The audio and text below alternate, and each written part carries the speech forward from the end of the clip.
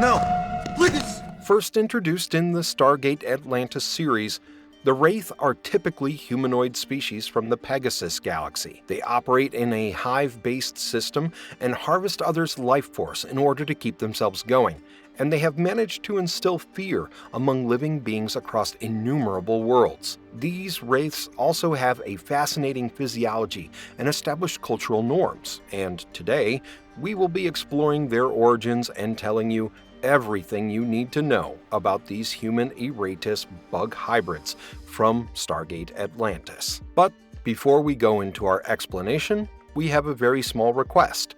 If you like our content, please support us by subscribing to our channel. This is a small click for you, but for us, it means a lot. Thank you. Let's begin. Earth first. What are the origins of the Wraith? Thousands of years ago, the Atlanteans stumbled upon the Wraith and discovered their existence, even if they had been in existence for thousands of centuries. It was theorized that one of the planets in the Pegasus galaxy was home to a strange creature known as the Iratus bug, which could feed on humans for survival. When the ancients arrived in this galaxy with Atlantic and seeded many planets with humans and stargates, the menace of the Iratus bug grew exponentially. Over time, these bugs started to develop advanced characteristics such as bipedal locomotion instead of crawling on all fours, larger brain mass, and opposable thumbs.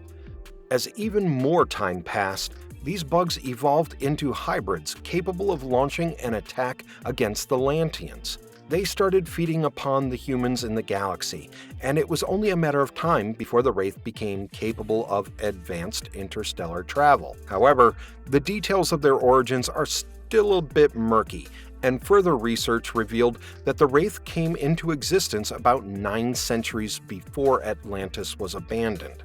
After the ancients realized they could not remain immortal, they started experimenting on a frozen planet. They installed a facility and brought in 100 male and female subjects, and almost all of them survived these experiments and started attaining Wraith characteristics. Eventually, they gained telepathic powers and were intelligent enough to manipulate the guards at the facility to release them. Now that they were free, the Wraith stole the ancients' weapons that were designed to kill them in case they got out of control and then escaped through the Stargate. They made their way to Athos with the ancients close on their heels and continued to steal more ships and establish their sanctuaries. Over time, the Wraith created quite an impressive collection of hive ships, and they even established 9 Wraith queens, who split up among themselves to create individual hives.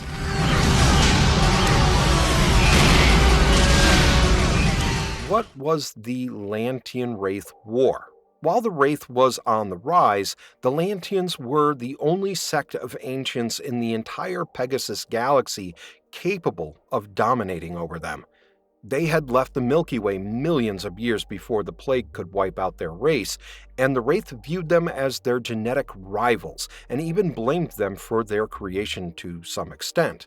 They felt they could never return to their usual lives after the experimentations and decided to seek retribution by going to war against the Atlanteans. However, they did not realize that the Atlanteans had highly advanced warships and technological prowess, and they annihilated many hive ships with their drone technology. Moreover, their shield technology helped them deflect the Wraith's attacks, and they continued to delve deeper into Wraith territory. They were confident that they could wipe out most of the Wraith's hive ships, but these creatures gathered the confidence to fight back and capture the Atlantean warships. They also got their hands on zero-point modules, and then used them to power several cloning facilities and create a large army. Soon enough, they turned the tide, and the Atlanteans retraced their steps. However, the Wraith did not let them off the hook so easily and fired their weapons into Atlantean territory to wipe them out. This war lasted for several years, until Atlantis was the only Atlantean territory remaining, and they decided to suggest a truce. The Wraith met with them for negotiations with a massive fleet, and it was not long before the Lantian delegation was ambushed by their fleet. To add to this, the Wraith directed their attention towards Atlantis, and it was evident that it was only a matter of time before the city succumbed. I'm Colonel Marshall's son. How did the Wraith dominate after Atlantis was abandoned? While the Wraith laid siege to Atlantis for 100 years, the Lantian Empire tried to hold their ground as the capital was all they had in their empire. They set up a powerful shield to defend the city and even employed drone weapons and Lagrangian point satellites all across their star system.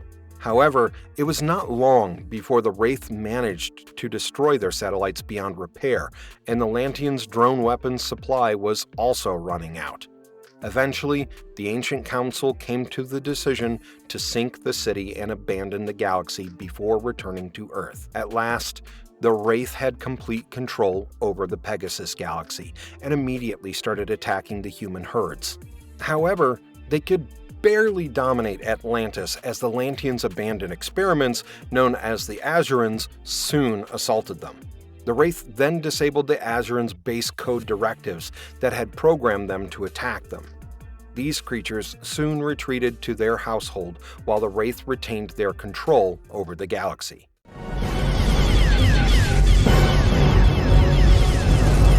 How did the arrival of the Tauri impact the Wraith? While the Wraith established their power, they continued to feed on human life force and hibernate for ages while their human herds grew enough energy once again.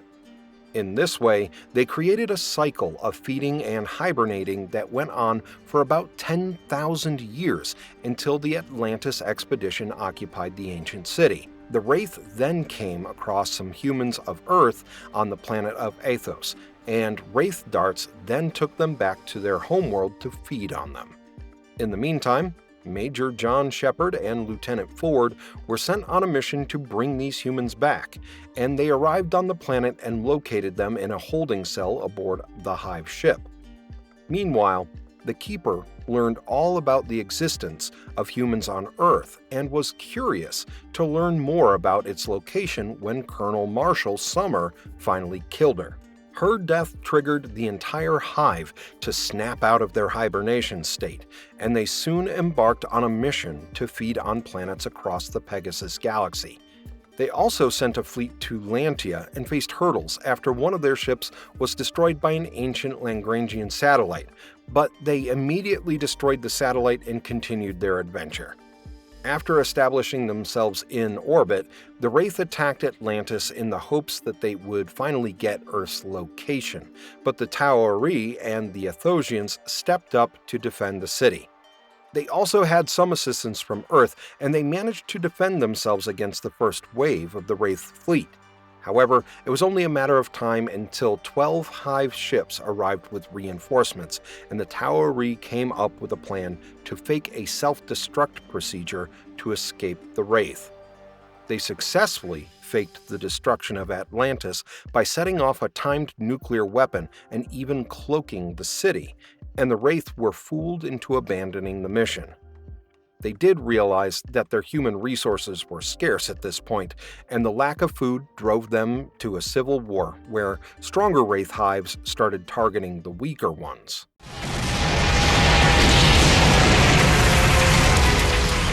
What was the Wraith Civil War? Soon enough, the lack of resources led to a full-fledged civil war wherein different Wraith factions from all over started fighting each other in addition to fighting the Tauri. To add to their troubles, the Tauri managed to activate the Azurans, who sneakily launched an attack against the Wraith. These creatures were too caught up in their civil war, and the Azurans caught them off guard at first. However, they eventually gained their footing and tried to defeat the Azurans by using a computer virus attack, but their enemies saw this coming and manipulated their programming to avoid it. They also started going after humans to destroy the Wraith's food source, and one of the Wraith, named Todd, then came up with a plan to send a fleet of Hive ships to attack the Azurans' homeworld. This gave way to the Battle of Azeroth, where the Wraith finally emerged victorious. After eliminating this threat, the Wraith once again directed their attention to their internal civil war, and a former Wraith called Michael Kenmore used this opportunity to poison their food supply with a variant of the Hoffen drug. This drug was known to be the Wraith's biggest weakness, but his plan did not work out after the Atlantis expedition allied with Todd to find a cure. The Wraith then dealt with the threat of a reactivated Atero device and decided to eliminate entire worlds after realizing that their inhabitants had gained immunity against the Wraith. Over time, they finally defeat Michael Kenmore and kill Taylor Imogen as well for trying to sabotage the Atlantis expedition. While things were finally returning to normalcy, the Wraith underlings Superhive emerged as a new threat after breaking away from Todd's control. The underling then took control of the Hive ship, and Todd immediately took it upon himself to warn Earth about its arrival. He further urged the Atlantis expedition to destroy the underling ship, which led to the Battle of the Superhive. The Tauri also stepped in to destroy the ship, but soon realized that the Wraith were way too powerful to be eradicated. Even the combined power of 3 zero-point modules and Atlantis could not defeat it, and Lieutenant Shepard finally stepped up to destroy the Superhive with a nuclear warhead. He essentially planted the weapon on the ship as it hovered over Earth, and the Wraith underling was destroyed for good with this attack. Who was Queen Death, and what role did she play?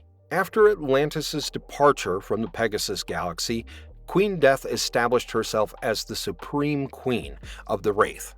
She started uniting all the Hive ships under her control, and none of the Wraith could stand up against her or form individual alliances. She destroyed different worlds all around the galaxy, and her iron will ensured the creation of a powerful Wraith alliance.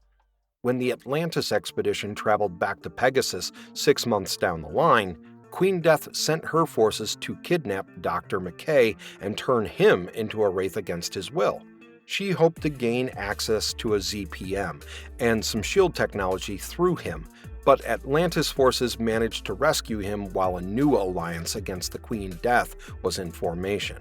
Taylor Imogen posed as Queen Steelflower and killed the tyrannical Death, and they soon discovered that Death was actually being controlled by an ancient Wraith called Ashes. Ashes hoped to get revenge against the Ancients, but he was soon captured and handed over to the new queens, Alabaster and Waterlight. How did the Wraith achieve peace with the Atlantis expedition? After Death's defeat, the surviving Wraith made a peace treaty, and half of the Pegasus galaxy was then relinquished to the Tauri. Meanwhile, a retrovirus was created with the purpose of strengthening human physiology so that they would not die when the Wraith fed on them.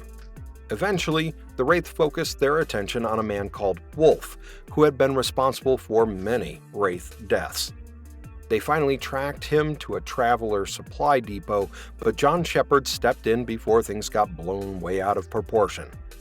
It was soon revealed that the Wolf was none other than a missing Atlantis expedition member called Lieutenant Aidan Ford, and Dr. Elizabeth Weir then struck a deal where the Tauri supposedly exiled Ford to Earth.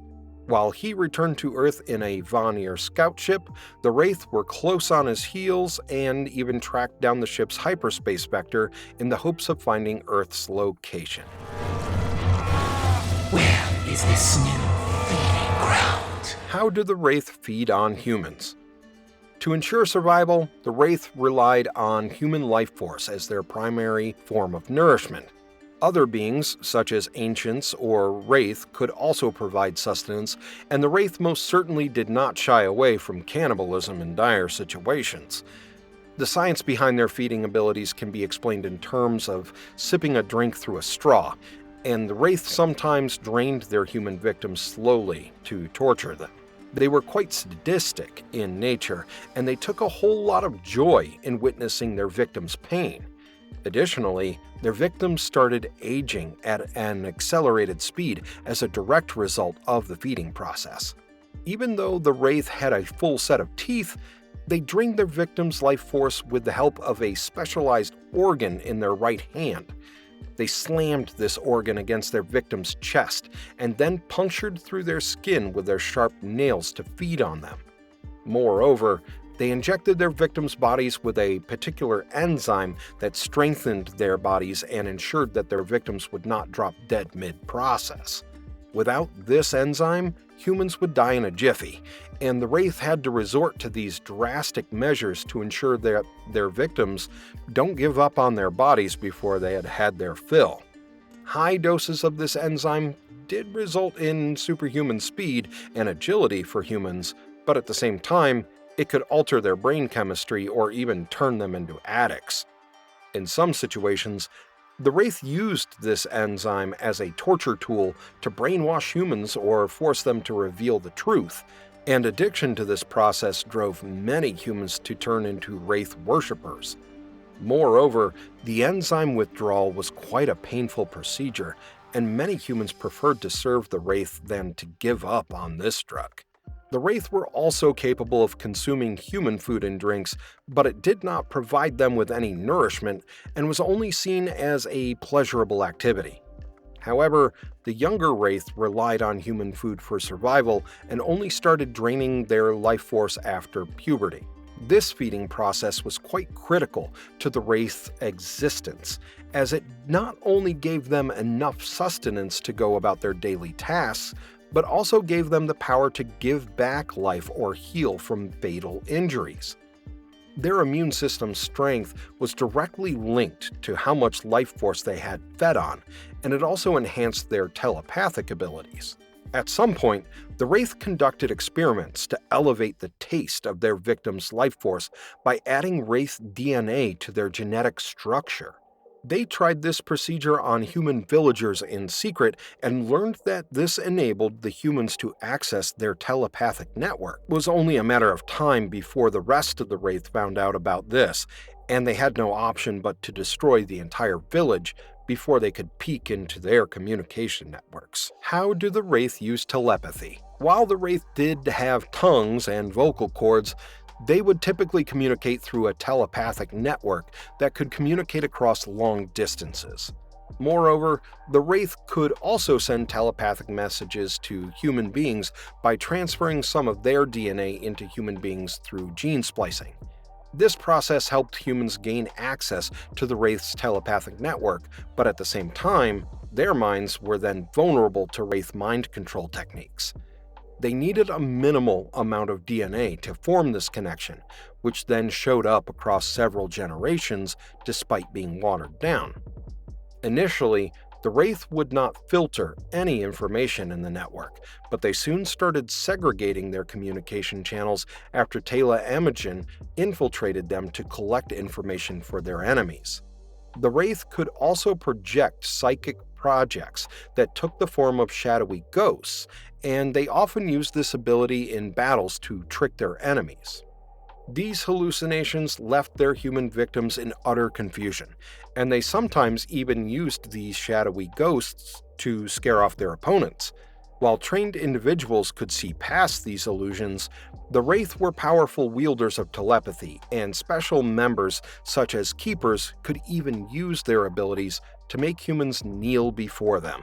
Keepers and Hive Queens could also implant ideas into their victims' minds, gather data from captured prey, and compel humans to work for them against their will.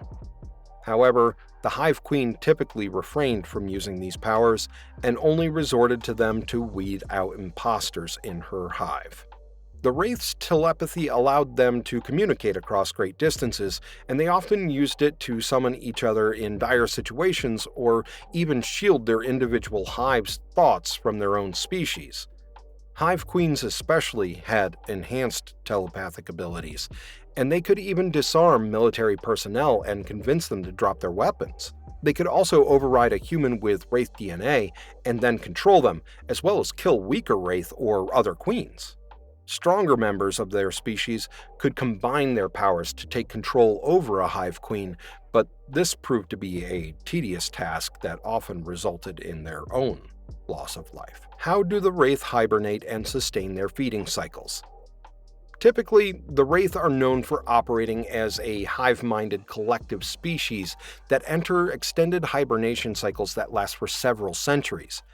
They also have gigantic hive ships full of hibernation pods, where most of them hibernate while a few stay back to keep their victim worlds on edge. To ensure a smooth hibernation and feeding cycle, the Wraith have appointed keepers to oversee this process. In the event of the keeper's death, the Wraith are immediately alerted, and they undergo a premature awakening to snap out of their hibernation. While this is typically uncommon, we did witness this event when Major John Shepard killed one of their female keepers. What is Wraith society like? The Wraith Society was founded around a hive mind system, but this does not imply that they were a collective mind.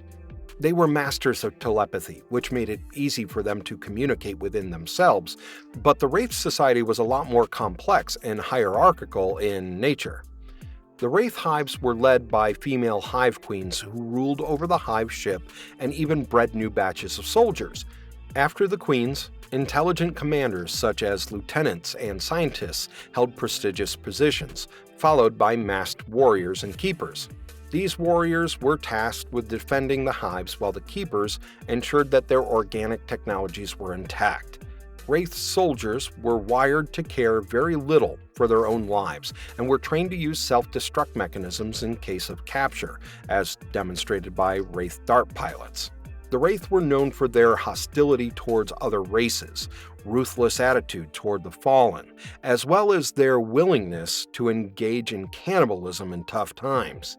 Hive queens showed little to no hesitation towards feeding on fallen Wraith soldiers or humans, and there were many such cases of humans worshipping the Wraith and allowing them to feed on their life forces. While most of these humans were instrumental in their feeding process, some of them were fitted with tracking devices and turned into runners for the Wraith's entertainment. The Wraith were known for their nomadic culture and tendency to remain in their hive ships, but they did venture out into the universe from time to time for research purposes. They had managed to create a lasting legacy due to their brutal nature, and they were also well known for their intelligence and ability to adapt to other cultures' technologies. Over time, they gained genetic memory and even created several subspecies within their sect, but these creations were generally greeted with hostility in their society. What technology do the Wraith use? The Wraith had access to highly advanced technology as compared to most civilizations in the Pegasus as well as the Milky Way galaxy. Their technology did fall short when compared to the Lanteans, Azurans, Asgard, and Ori, but they still managed to create an impressive arsenal of organic weapons. Their technology lacked shield technology to defend themselves from incoming attacks, and they almost gave up on creating such armor since none of it could bear the load of Lantean weapons. The Wraith's technology often failed to reach its full potential due to the lack of power generation, which was also one of the key reasons why the Wraith struggled to win the war against the Lanteans. There is no doubt that they needed far more advanced means of technology and power generation than organic weapons, especially if they were trying to go up against tech powerhouses, such as the Lanteans. How did the Wraith interact with humans and other species? While we have seen the way the Wraith react to other species, especially after the arrival of the Tauri, there aren't enough words to emphasize their hostility towards other species. They had a sense of racial purity, and they looked down upon other species or even members of their own species who had been turned into humans. Moreover, they could sense the humanity within these turned Wraith, which repulsed them to the point where they treated these members in a cruel manner. While exploring Wraith society, we also glanced at their treatment of the Wraith worshippers, who were humans or members of other species who worked for them.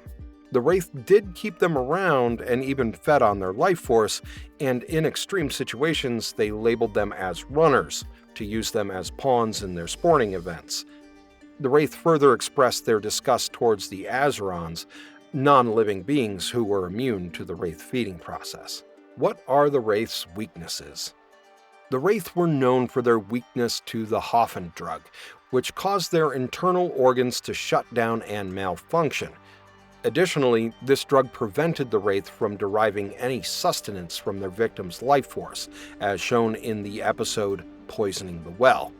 The Wraith could also be defeated with the help of advanced armor that made it hard for them to latch onto their victims, and the Halcyon culture was known for using this technique to ward them off. The Wraith's territorial nature and internal rivalries also came across as a major weakness, even if they came across as a united race to outsiders. Their territorial instinct made it hard for them to cooperate within the hive, and they also lacked any centralized leadership that compelled them to get along with one another.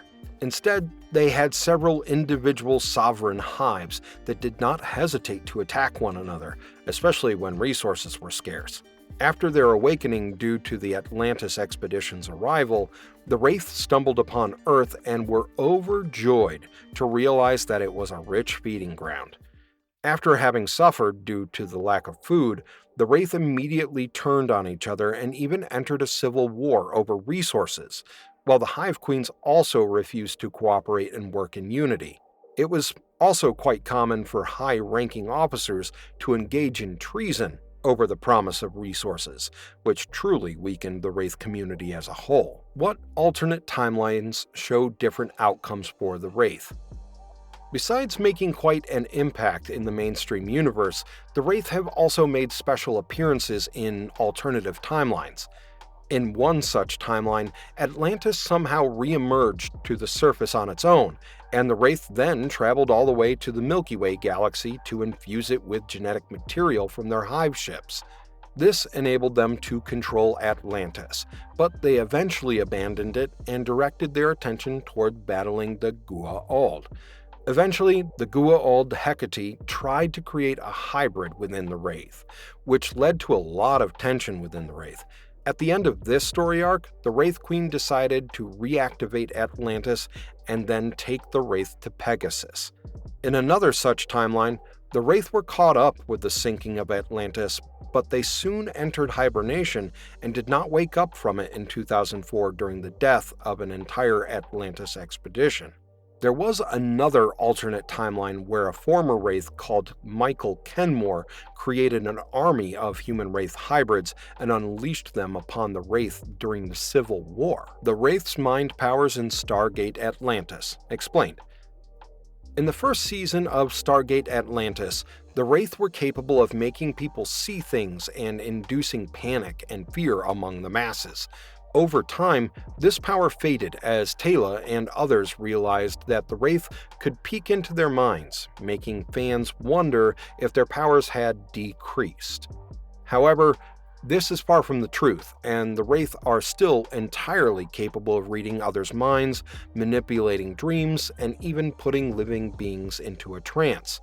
Even Taylor only realizes that the Wraith are capable of messing with one's mind, but there is not much that she can do to put a stop to it. As time passed, the Wraith grew stronger, and there is a huge possibility that they just started using telepathy to order people around and scare humans instead of resorting to mind control to make them submit to their will.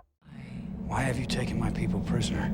You trespassed upon our feeding ground. Why do Wraiths have sharp teeth if they don't eat? Initially, it was established that the Wraith did eat during puberty until they reached adulthood. Several theories also point out the role of evolutionary traits, which explain why the Wraith have teeth even if they don't eat, in the same way that humans have an appendix even though we don't need them anymore.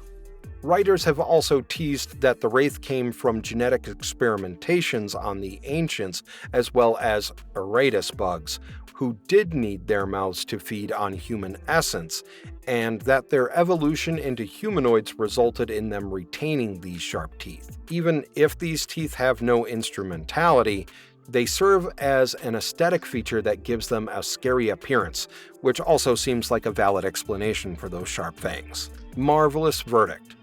And with that, we have explored every single aspect of the Wraith, ranging from their origins and war history to their anatomical details and society.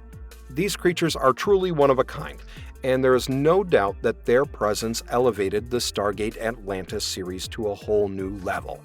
We hope you enjoyed exploring their history and culture, and we would love to hear your thoughts in the comments below. And if you liked our content, don't forget to leave a like and subscribe to us if you haven't already. And have a good one. Be safe out there. Thanks, everyone.